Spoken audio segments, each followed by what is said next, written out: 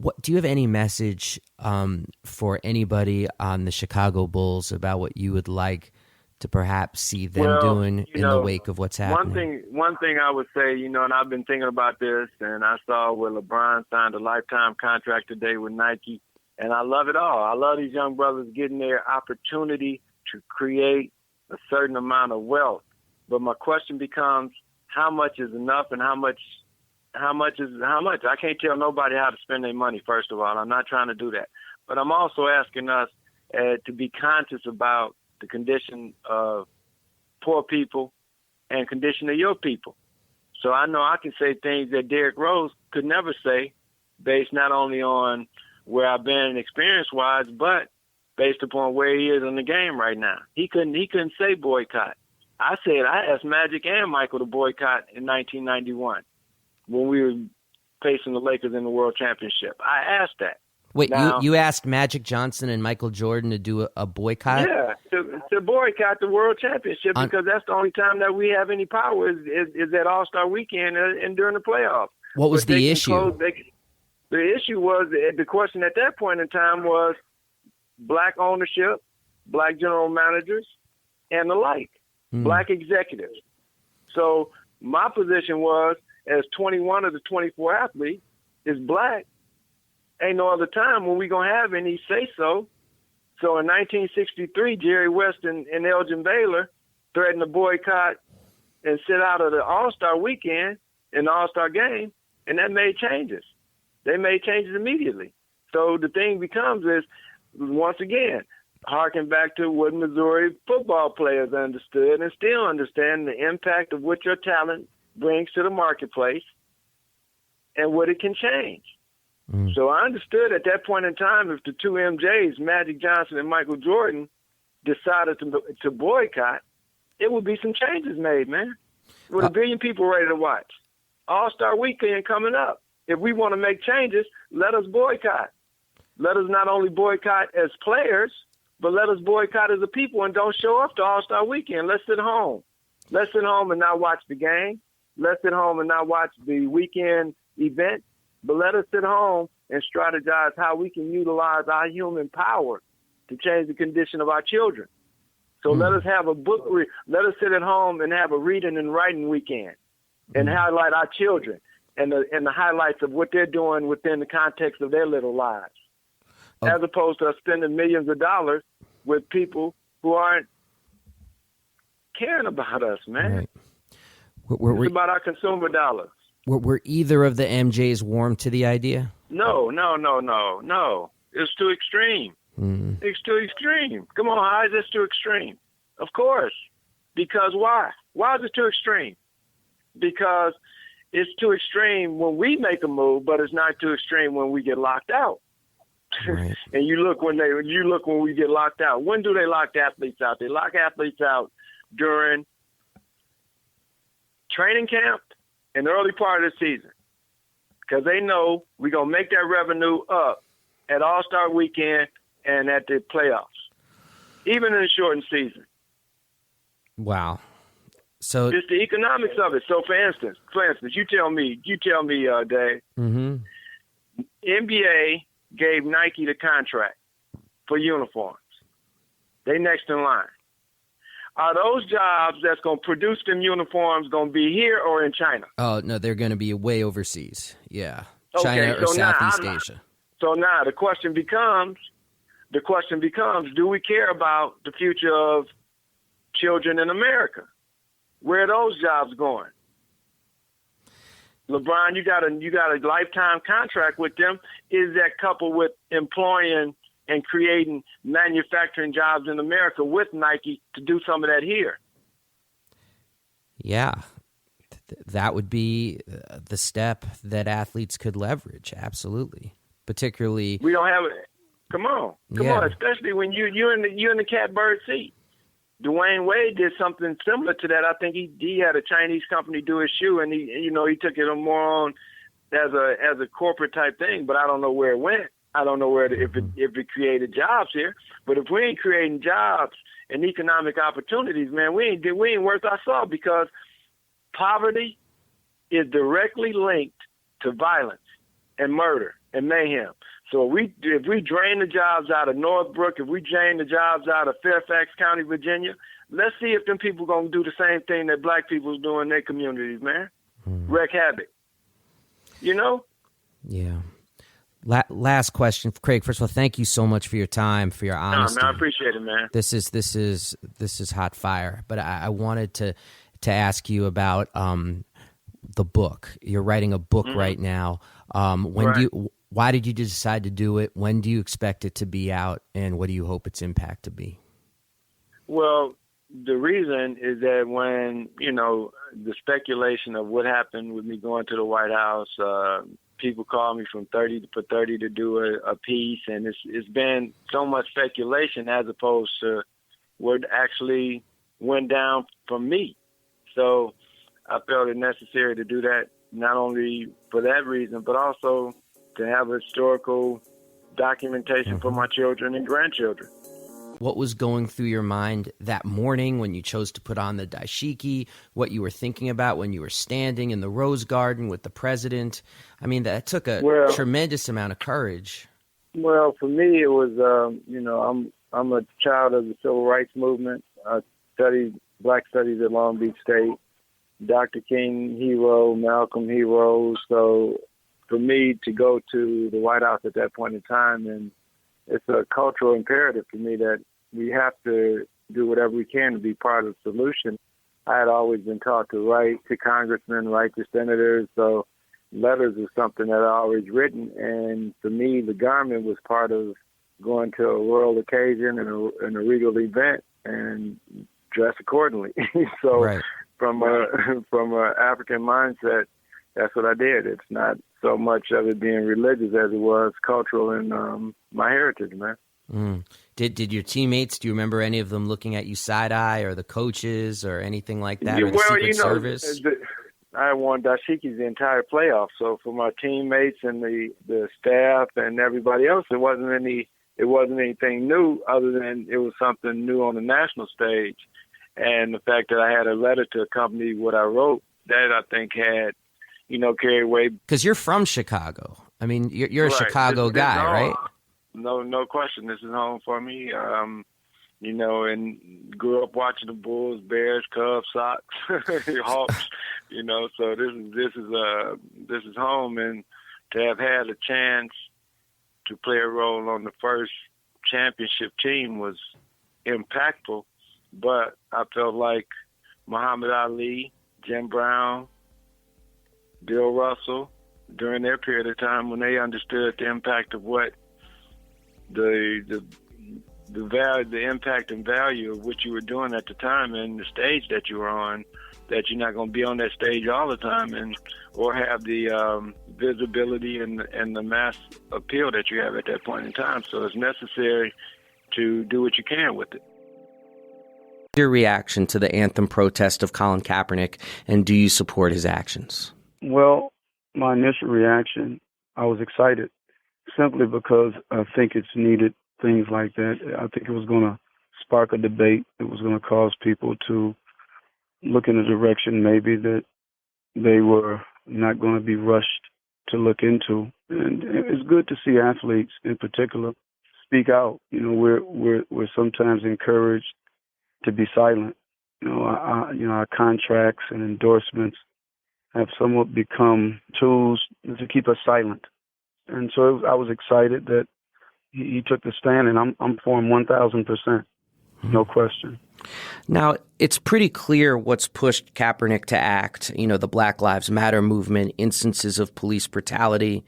1996 was a much different time. We didn't have this movement. So what was the catalyst for you to take your stand, your much lonelier stand, I would argue, back in 1996? Well, it was a combination. I mean, for me, being a Muslim, I don't believe in giving my allegiance to anyone or anything but God. So when I began to read a lot, everything from Noam Chomsky to Gore Vidal, you name it, and I started to hear what they had to say about what was going on, not just domestically, but globally, I began to have an issue, more of an issue with the flag, the anthem itself, because these things are symbols, and I think they reflect the character of a nation of people or a government, so to speak, that is run by people. And if it's supposed to represent these things of freedom and equality and justice for all, and I don't see where that's being necessarily represented, then I couldn't see myself honestly standing up for something like that. So that's what compelled me to make that move, and I still hold to that to this day. In Islam, we don't separate necessarily church and state in terms of politics and religion. They go hand in hand. And what was amazing is some of the same people that came out against me at that time, even military personnel, and I understand it, how the mind works at times, they didn't understand that that stand was also for them, because so many of them, we hear how, well, you're disrespecting those who have, and the same with him. He's hearing the same stuff, that you're disrespecting those who made the ultimate sacrifice in fighting and dying for this country. And that's a whole nother issue, I think, in and of itself. But so many of them, they can't get medical care. A lot of them end up homeless. I think that's more disrespectful for people that have gone and actually done those things with those intentions to come back and have to even put up with that nonsense. So it was for them too. And this was some of the reasons why I made that stand. And like I said before, I still hold to those principles, and I still feel the same way. This is why I support it. In researching what happened to you in 1996, you were fined, you were suspended, and yet there is no rule that the NBA had or confirmed to have when checked on it against not standing for the anthem, which raises, of course, this question: why do you think they came down on you so hard? As athletes, we're not expected to make social, political, half positions.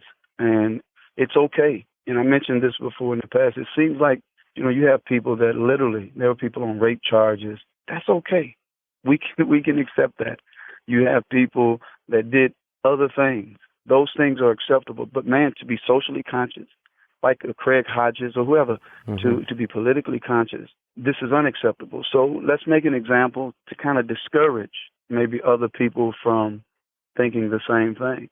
And this is why I think it went down that way. Actually, they had called me. Bernie had called me into his office. That would be your coach, Bernie Bickerstaff. Right, and I'm coming to play that night against Shaquille O'Neal when he was with the Orlando Magic.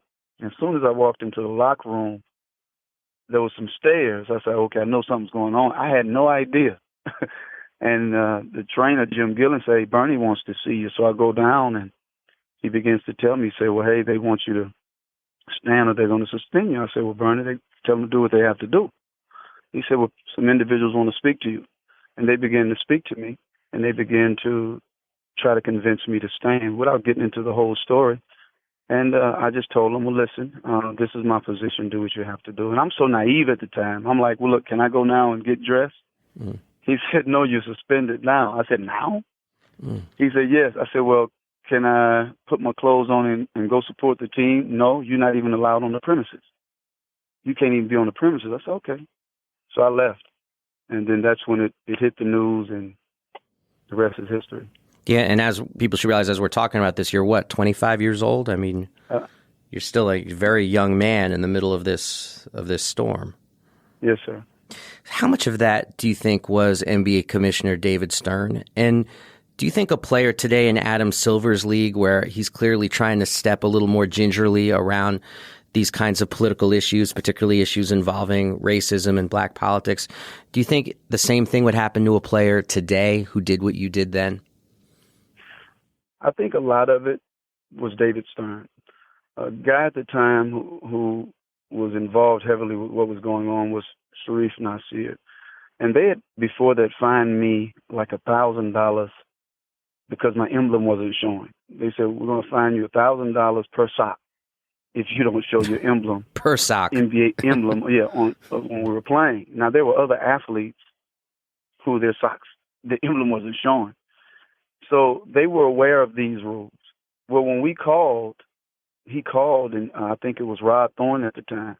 He said, Rod, what's up with this whole flag issue? And Rod basically told him, Sharif, I don't know of any rule that exists concerning the flag. Now, this is the guy that's over fining people. for socks. So you should know about if there's a rule to fine someone if they don't stand. But I think a lot of it came from Stern. Actually, there were reports that we were supposed to be meeting. Oh, he's flying to New York. I had never talked to Stern in my life. Not once. We never had a conversation.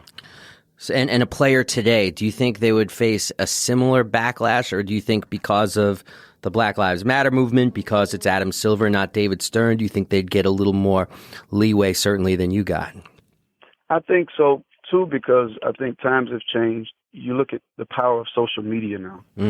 It's hard to ignore the overwhelming support I think that he's getting. Then maybe there was a lot of support, but the media had a choice if they wanted to show that support or not. So if they showed it, we saw it. If they didn't, we didn't see it. Now it's kind of like when I think the Abdullah brother, when he went into the end zone and he went into prostration, and the NFL wanted to fine him. But then people started coming out and said, no, what about Tebow? Because they, some religious Muslims prostrate when they pray, and they started bringing up Tebow and they had to pull back. So I think now because of social media, it's a little bit more challenging to pull those stunts because when you see the support, you have to kind of bend a little bit, and because if you don't, it's going to just be too obvious. It's too obvious to ignore. So I think it's a little different now. I still feel for him because with me, what happened was, and I felt it was going to happen, they were going to be very subtle with how they did things. My minutes began to decrease because, hey, let's put him in vulnerable positions so that when his minutes decrease, try to mess up his rhythm, look like the guy doesn't have it anymore. So, basically we weed him out of the league this way. And this is what I fear that may happen to him a little bit, where his time decreases. And I'm not keeping up with it extensively, but, I know sometimes kind of like how it works, and to put him in vulnerable positions so that if you do get rid of him, well, we can blame him on he's not as productive as he was before. But it's really sometimes much deeper than that. It's the stand that he took and what he's saying. And even that in itself, I mean, I know you're just, I love your writings, and I've been reading your stuff, and very prolific and thought-provoking, and I appreciate that. But I just think that these things are going to take place with him eventually. Even the issue itself about the flag and the anthem, he's not even dealing with that. It's more about the issues. You know what I mean? But we've taken it to the flag, we've taken it to the anthem, but we're ignoring still the issues that why he's doing it in many cases. And people have a problem with that, Dave. I mean, they just, unfortunately, there's something about an athlete speaking out that's not acceptable, but I think they've created this monster in a sense. We want you to view these athletes as almost superhuman. We want you to admire them, but we want you to admire them for these things, but not for these things. Because now the voice of an athlete or entertainer, I think, like for yourself, you deal with these issues day in and day out. You have professors, you have scholars that they're on these issues daily. But let's face it, the youth, it's hard. And I go to different events, and they say, man, you can say, athletes can say, well, we can say, and it has more of an impact because a lot of youth are not listening to teachers the way they're listening to athletes and entertainers. They're not listening to scholars and politicians. And so when an athlete comes out and they shed light on something that you don't necessarily want them to shed light on, they know that there's a lot of power associated with that. These youth will listen. They're going to listen to that athlete that they admire. And that also creates more of an incentive to police that athletic platform. I agree. Because of that, because they're handing power to people who are generally under 30, who are disproportionately African American and disproportionately come from economically disadvantaged backgrounds. And those aren't usually people who get to speak in our society. Exactly. So you did what you did in 1996, and I just saw this remarkable documentary about your experience called Dawn's Early Light. It's available on YouTube, and I'll have that in the description of this podcast for people who want to see it, a link to it. And I think what's so interesting is that we often view an era of Islamophobia or anti-Islamic bigotry as emerging after 9/11. Yet there you are in 1996 dealing with this. And how much of the backlash against you do you think was driven by anti-Islamic bigotry? Oh, wow. Or how much was it just the fact that you were an athlete who was speaking out? It's hard to say exactly, but I definitely think that was a factor. Not just being an athlete, being an African-American athlete, but also having the tag of being a Muslim associated with it in light of how Muslims are perceived. You know, we hear the moderate Muslims and the radical Muslims, where I was on the side of being portrayed as this radical Muslim, and that's okay. You know, sometimes we have to be a little radical in order to shake things up. I don't mind that tag, but I think it had to do with how I was attacked and how I was perceived. The statement that I made, I thought was a very balanced statement. I said, listen, this is what it represents, tyranny and oppression. But am I saying everything in America is bad? No, there's good that exists. But wherever the bad is, as a Muslim, even if it's in Saudi Arabia, we don't stand for it. Mm-hmm. That's balance. But of course, they focus on tyranny, oppression, and they build a case with that. And yeah, I thought it had something to do with it. Yeah, and it's so interesting what you said about sometimes you have to be a little radical sometimes, because that's so similar to a famous quote by Malcolm X. Sometimes to make change, you have to be willing to be shown in that light. And I remember hearing you once say that the autobiography of Malcolm X was the first book that you actually enjoyed reading. What did Malcolm mean to you, and what is his enduring influence on your life, and how did his existence inform your decision in '96 to take your stand? The way he transformed himself and evolved as a human being, and he became not just in how he began to see the world around him, but how he articulated it. The huge thing for me is just how courageous he was in doing so. Truth to him meant more than anything, than his personal well-being. And I think anytime you want to try to bring about a change, it has to be bigger than yourself. That's why when I listened to the words of Kaepernick and he said, this is bigger than football, that hit me, because that's how change happens. And I'm not saying that you don't think about yourself and you don't think about your family. Of course we do. But if we really want to make a change, it has to go beyond us as human beings, you know, our individual selves. And for me, Malcolm, just like the Martin Luther Kings, just like all of those individuals represented that. Mm. We're just a product of those people who come out and do similar things. Mm. And they planted those seeds in us, I would say. But this is what really drew me to Malcolm. I realized at a young age that, you know, I had to break these chains, because I felt that I was doing the opposite, that there were things I wanted to say, things that I saw that was unjust. But why am I afraid? Why am I a coward? Why can't I communicate this? Why can't I say this?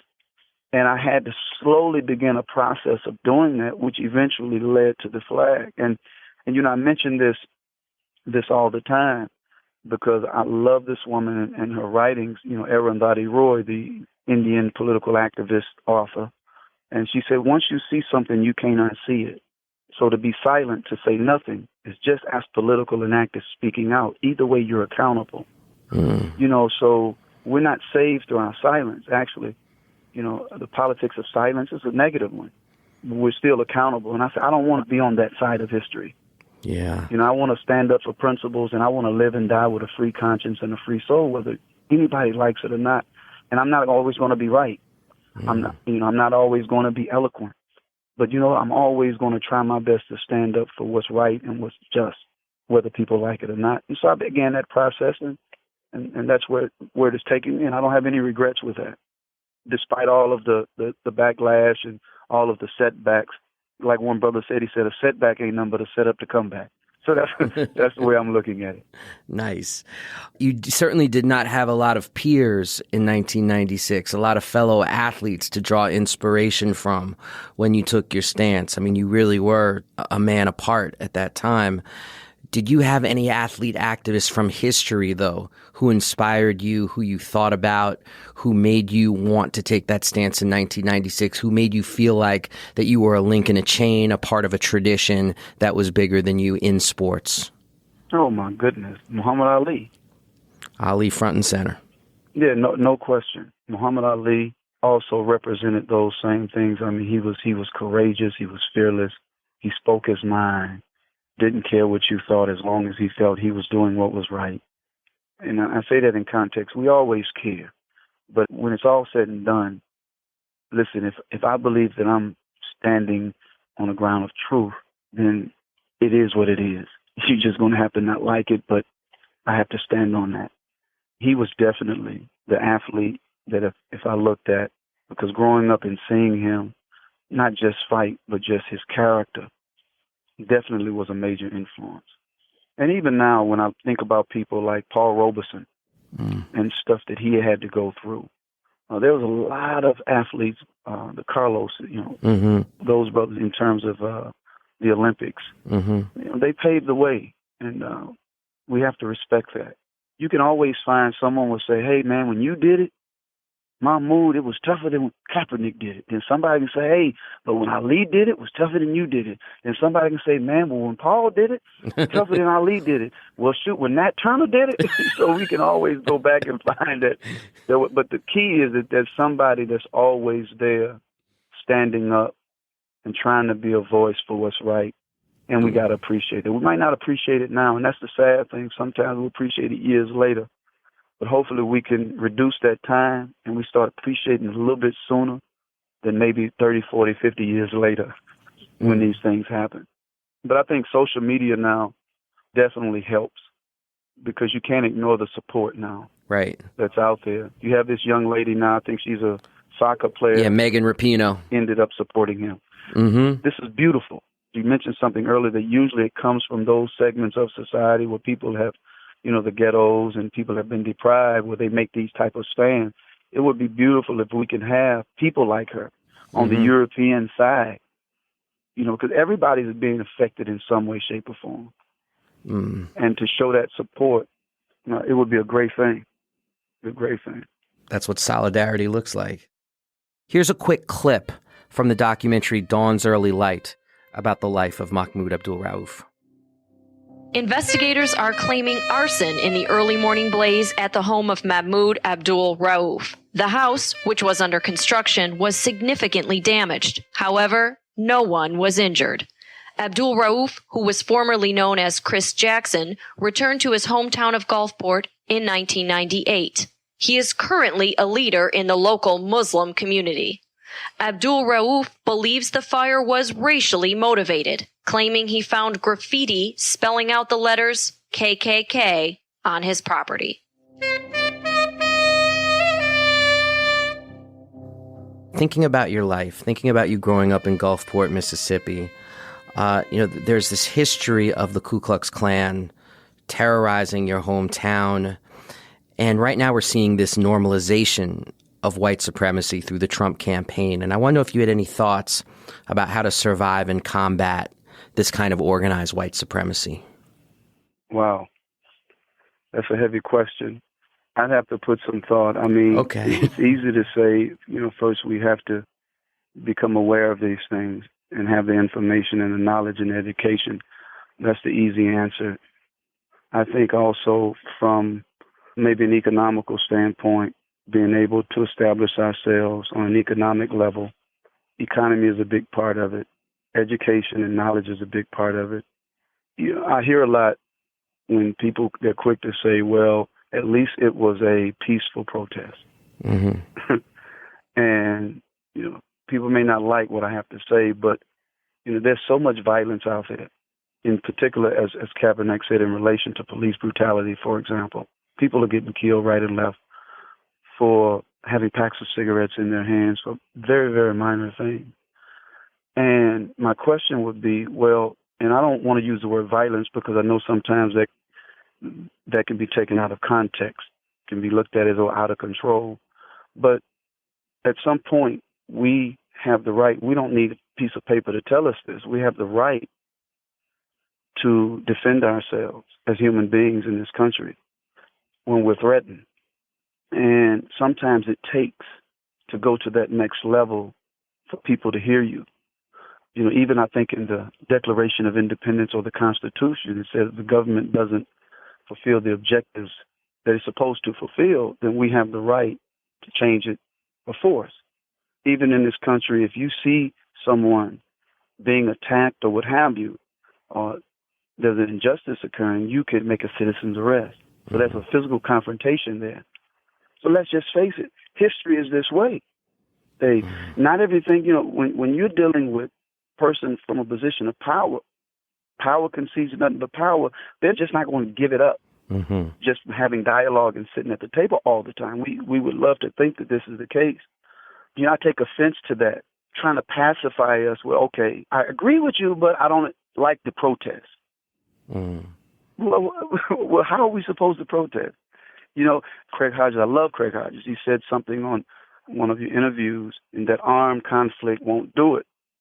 And I'll just say this. I don't think one thing will just do it. I don't think calling your congressmen and senators alone will do it. I don't think having candlelight vigils alone will do it. I don't think armed conflict alone will do it. But I think it's always a combination of things that we have to see in order for people to say, okay, enough is enough. Let's come together and sit down. And history has been that way. It's not just been one way. And it's easy to say to someone that hasn't gone through an experience, oh, you shouldn't protest like this, or you shouldn't protest like when people are dying on the streets, people are starving to death. Health care, people are going broke because you have to make a choice between paying your bills to save your life or your children's life or having a roof over your head. We shouldn't have to make these choices. And how rich this country is.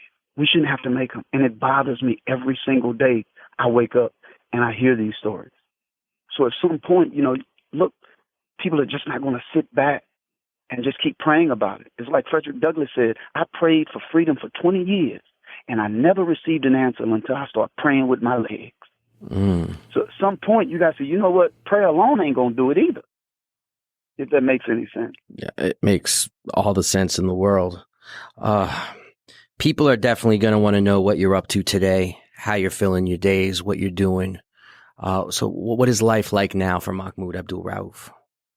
Dave, I'm just trying to learn as much as I can, and as I'm learning, I'm trying to apply. I'm spending time with my children. I do a lot of professional basketball training. I'm really trying to work on, at some point, I want to get a couple of books, one on my life story.